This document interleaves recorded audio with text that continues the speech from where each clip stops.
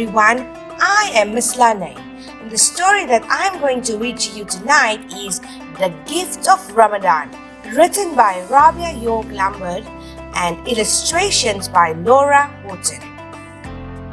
السلام عليكم ورحمة الله وبركاته. أعزائي طلاب وطالبات مدرسة الريانة، أهلا ومرحبا بكم في قصة جديدة لهذا الأسبوع. لكن أعزائي الطلاب، قبل البدء بالقصة أود أن أستغل الفرصة لأهنئكم بحلول شهر رمضان المبارك الذي تتضاعف فيه الحسنات وتغفر فيه السيئات. فاللهم أسأل أن يهله علينا بالخير واليمن والبركات وبالأمن والإيمان وبالسلامة والإسلام والتوفيق لما يحبه لنا ويرضاه، واجعلنا اللهم فيه من المقبولين. A rainbow of color winked at Sophia as she handed the Ramadan lights to her mama. These were her favorite decorations because they made her feel as though a special guest was coming. Grandma raised an eyebrow. "Pretty," she said. "Pretty and sparkly, just like the heart of a person who fasts." Sophia stopped twirling. "Really?" she asked. Sophia loved sparkles, glitter, stars, her new ring. It was a gift from Grandma for her birthday last month. Grandma stopped rocking.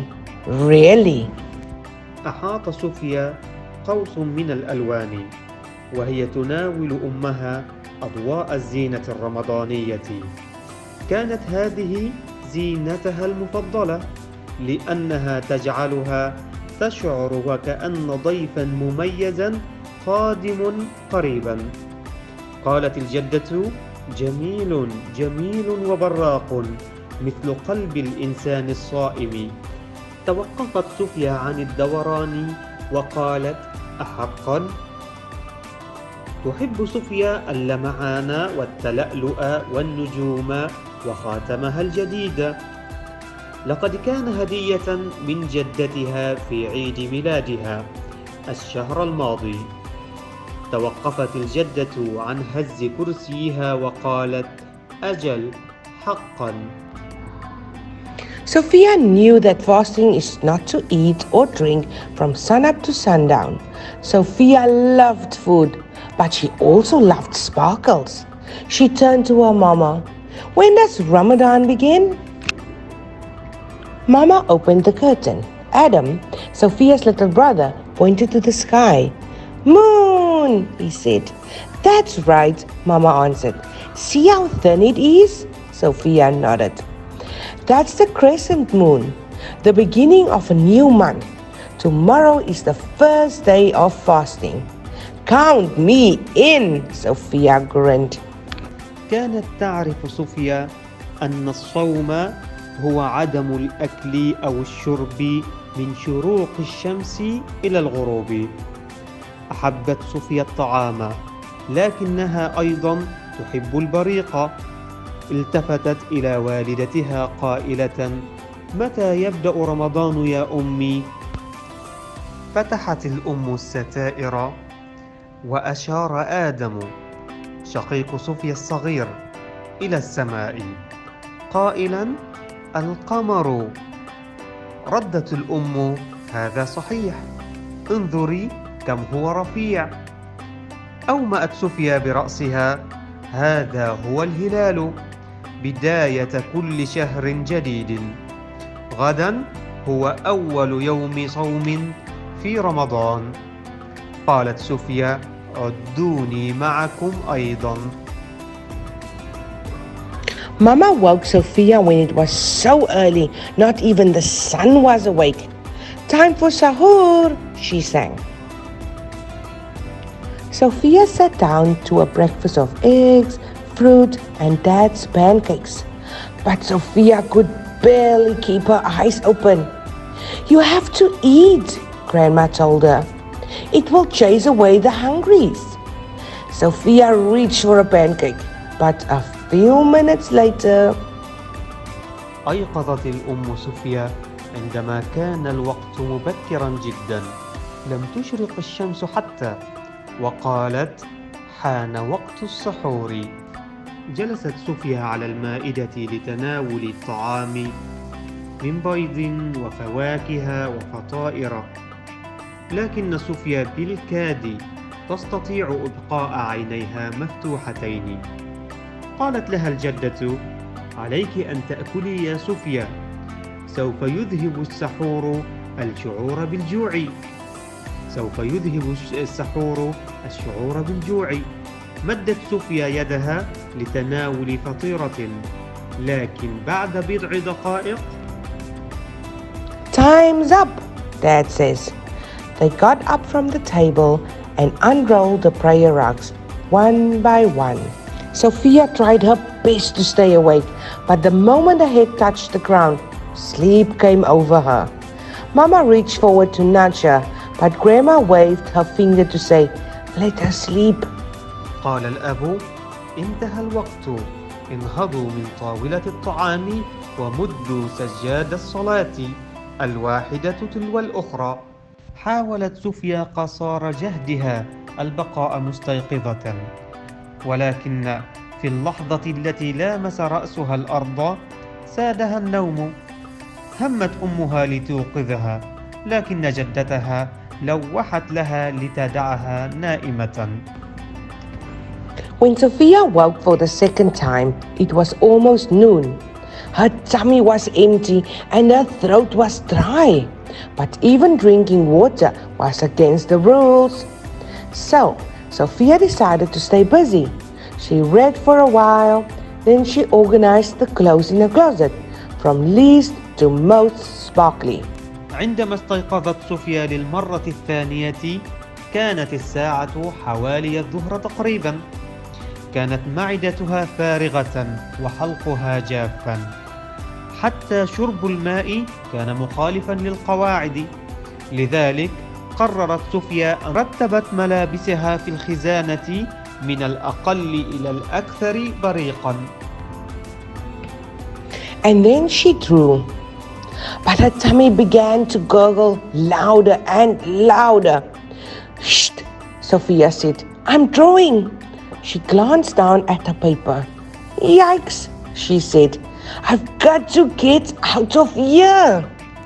ثم بعدها بدأت بالرسم، لكن معدتها بدأت تقرقر بصوت أعلى وأعلى. قالت صوفيا: "شش شش، أنا أرسم."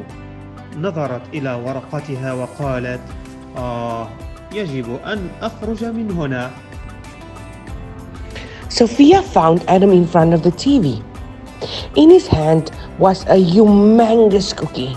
He waved it in front of her face and sang, "Me, cookie, eat! Yummy, yum, yum!" Sophia's tummy roared. The cookie looked delicious. "Please stop," she said, but Adam kept singing. Sophia clenched her hands. She bit her lip. She wanted to yell.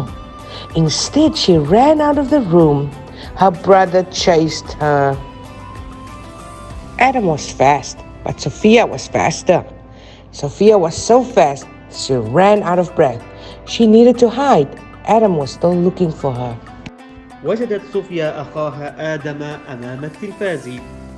كان في يده قطعة كعك ضخمة.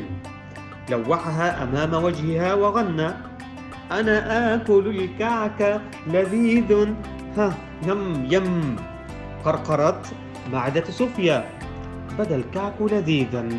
قالت صوفيا: أرجوك أرجوك توقف. لكن آدم ظل يغني. أغلقت صوفيا أذنيها، عضت على شفتيها، أرادت الصراخ، وأخيرا خرجت من الغرفة. لكن لم يتركها أخوها الصغير وظل يطاردها. كان آدم سريعا، لكن صوفيا كانت أسرع. كانت صوفيا سريعة جدا لدرجة أن أنفاسها نفذت. كانت تريد الاختباء، لكن آدم لا زال يبحث عنها. Sophia turned on the light. "Oh no," she thought. "I've really got to get out of here." But she couldn't. Adam was stomping by, still singing that song. "Me, eat cookie! Yummy, yum, yum. She plucked her ears. She closed her eyes. Sophia took a deep breath, and the scent of chocolate filled her nose. أغلقت صوفيا أذنيها وأغمضت عينيها وأخذت نفسا عميقا، وإذا برائحة الشوكولاتة تملأ أنفها. وهنا رأتها جدتها وقالت: ما هذا؟ نظرت صوفيا إلى الأرض وقالت: لقد شعرت بالجوع الشديد. ردت جدتها: عزيزتي الصغيرة، لا أحد يتوقع منك أن تصومي ليوم كامل.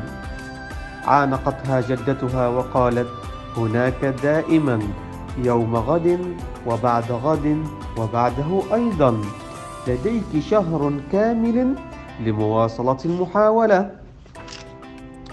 مسحت صوفيا خاتمها ومسحت دموعها وقالت: لكنني أردت أن أشعر بالبريق الذي تكلمت عنه.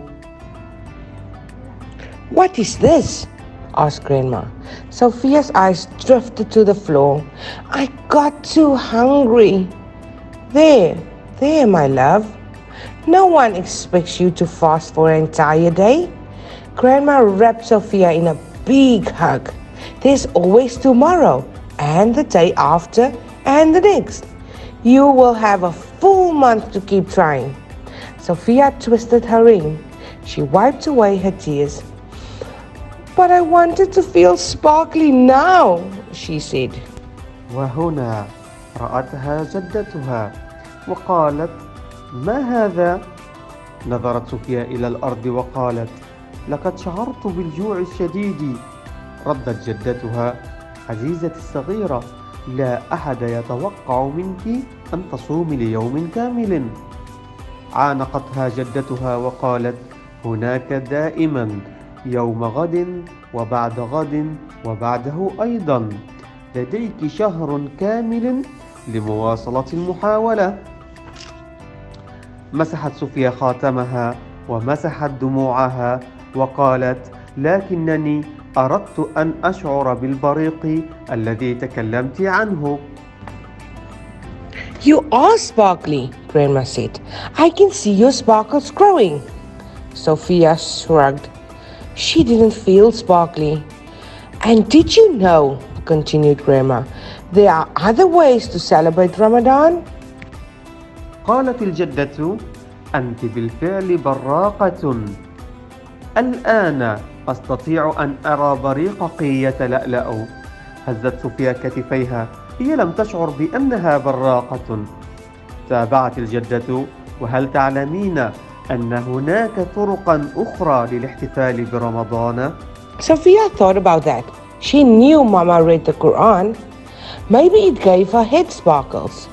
But Sophia couldn't read it. Not on her own. And her dad was always sharing things with family, friends, and strangers. He said that Ramadan was a time for charity, a special kind of sharing for those who need extra help. But Sophia didn't have any money. فكرت صوفيا في ذلك.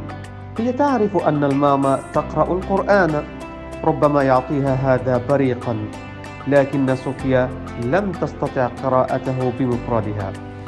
وكان والدها دائما يشارك الأشياء مع العائلة والأصدقاء والآخرين. قال إن رمضان هو وقت الخير، نوع خاص من المشاركة لمن يحتاجون إلى مساعدة إضافية. لكن صوفيا لم يكن لديها أي مال. Sophia was about to give up when she glanced down at Grandma's hands. They were covered in flour. What are you making? She asked. Yummy food for our first iftar, Grandma replied. كانت صوفيا على وشك الاستسلام، وعندما نظرت إلى يدي جدتها كانتا مغطتين بالدقيق. سألتها صوفيا: ماذا تصنعين يا جدتي؟ ردت الجدة: طعام شهي لإفطارنا الأول. That's it, Sophia thought. If she couldn't fast, then at least she could help prepare dinner for those who did. I am going to help. قالت صوفيا نعم هذا هو. إذا لم تستطع صوفيا الصوم فيمكنها على الأقل المساعدة في تحضير الإفطار للصائمين. قالت وأنا سوف أساعد أيضا. Sophia put on her apron and got to work. She tossed the salad. Then she helped Grandma make 5 super sparkly pizzas, one for each member of the family. Sophia thought they were sparkly because they had extra cheese on them. Grandma thought it was the fresh parsley that made them shine. ارتدت صوفيا مئزرها وذهبت إلى العمل. لقد حركت السلطة ثم ساعدت الجدة في صنع 5 شطائر بيتزا براقة، واحدة لكل فرد من أفراد العائلة. اعتقدت صوفيا أنها براقة لأن هناك الكثير من الجبنة عليها، أما الجدة فقد اعتقدت أنه بسبب البقدونس الطازج. When the oven buzzed, Sophia jumped out of her chair. The pizzas were finally done. But when Grandma opened the oven, smoke billowed out. Oh no, she frowned. The top 3 pizzas were perfect, but the bottom 2 were burnt to a crisp. عندما طن الفرن قفزت صوفيا من كرسيها. انتهت البيتزا أخيرا، ولكن عندما فتحت الجدة الفرن تصاعد الدخان.